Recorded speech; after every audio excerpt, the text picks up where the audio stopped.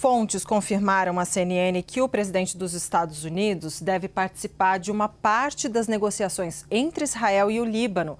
As conversas estavam marcadas para começar por volta das 5 da tarde, aqui no horário de Brasília. Agora, 17h25, vamos perguntar para Priscila Yazbek se ela tem mais informações ao vivo dos estúdios da CNN em Nova York.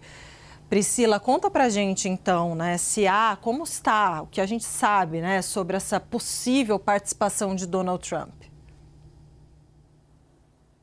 Pois é, Débora, boa tarde mais uma vez a você, ao Yuri, a todos que nos acompanham. Ainda não há confirmação se essa reunião já está acontecendo, mas estava prevista para começar às 5 horas aí do horário de Brasília, às 4 horas aqui do horário local, e fontes, inclusive, apontam que o presidente Donald Trump deve participar dessa reunião, segundo essas fontes que conversaram com a agência de notícias Reuters, e ele deve cumprimentar os embaixadores de Israel e do Líbano à medida que eles chegarem para essas conversas, e Donald Trump está falando em um evento de saúde, então é possível que a agenda esteja um pouco atrasada. Mas essa reunião é uma reunião importante justamente para que o outro acordo de cessar-fogo entre Israel, Líbano e Estados Unidos se mantenha. É por isso que Donald Trump quer pessoalmente participar dessa reunião, lembrando que houve já uma conversa entre Israel e Líbano no nível dos embaixadores. Naquela ocasião também o secretário de Estado dos Estados Unidos, Marco Rubio, participou. Hoje ele vai participar novamente, mas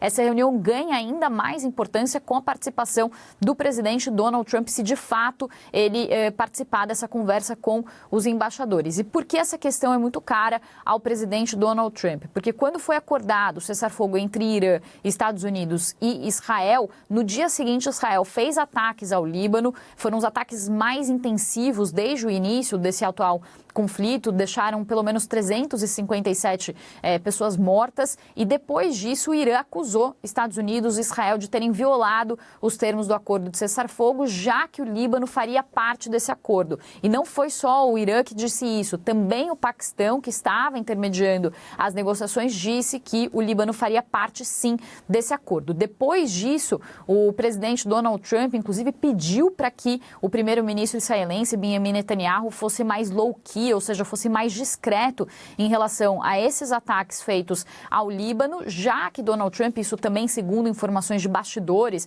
apuradas pela CNN, Donald Trump se incomodou com os ataques feitos por Israel, com o temor de que eles prejudicassem esse cessar-fogo. Então, esse cessar-fogo entre Israel e Líbano é importante também para a manutenção desse outro cessar-fogo, e foi depois que Israel fez ataques ao Líbano que o Irã disse que fecharia novamente o Estreito de Hormuz, falando sobre essa violação. É por isso que Donald Trump quer participar dessa reunião pessoalmente.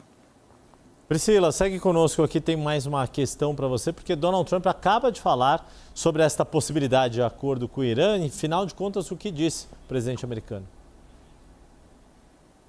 Pois é, Yuri, chega a ser irônico, porque Donald Trump falou que se ele quisesse ele teria feito um acordo, mas a gente ficou os últimos dias, a última semana, relatando o quanto foi difícil eles conseguirem ao menos conversar com o Irã, o que dirá fazer um acordo, né? O vice-presidente J.D. Vance iria para o Paquistão, para Islamabad, capital paquistanesa, na terça-feira. Houve aquela ausência de confirmação por parte do Irã, e depois disso ele cancelou a viagem. Foi aí que Donald Trump anunciou que ia estender o cessar-fogo. E aí ele diz que que se ele quisesse ele conseguiria de fato um acordo nesse momento, mas o Irã nega que um acordo esteja sobre a mesa enquanto os Estados Unidos mantiverem o bloqueio naval aos portos iranianos, e Trump disse que quer que o acordo seja duradouro. Ele falou que o estreito vai se abrir quando houver um acordo ou algo mais acontecer, quando as conversas com o Irã forem concretizadas, só que o Irã diz que não vai ter conversas enquanto o bloqueio naval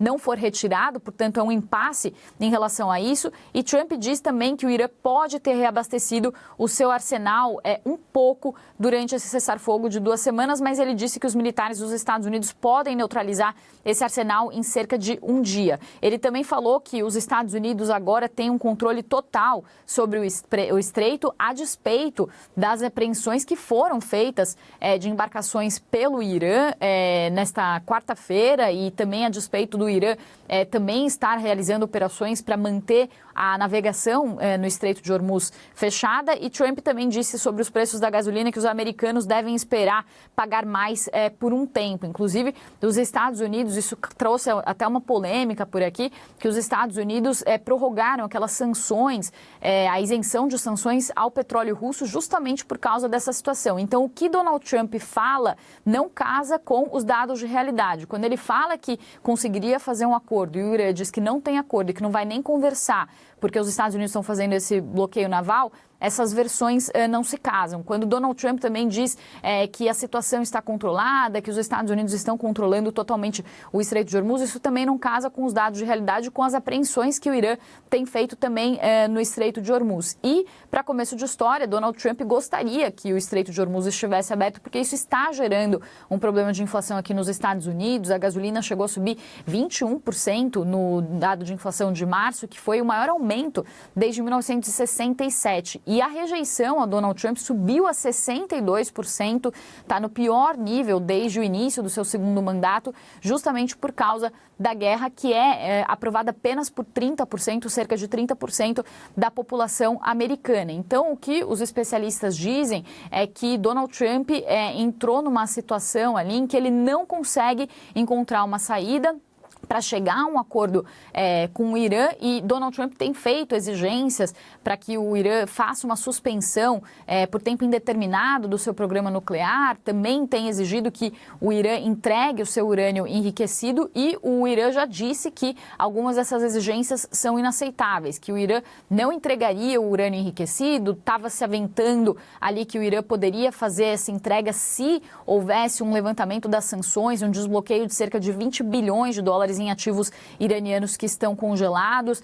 Também sobre a questão da suspensão do programa nuclear, os Estados Unidos queriam esse tempo indeterminado, o presidente Donald Trump fala sobre isso, mas o vice-presidente J.D. Vance, que tem sido mais razoável, digamos assim, nessas negociações, fala de um período de 20 anos, enquanto os iranianos falam de um período de 3 a 5 anos. Portanto, não há conversas, e se houver conversas, há impasses ainda importantes e que não foram superados. Enquanto isso, a pressão econômica continua, mas não só sobre o Irã, como diz Donald Trump, mas também sobre os Estados Unidos e sobre o governo de Donald Trump. Eu volto com vocês.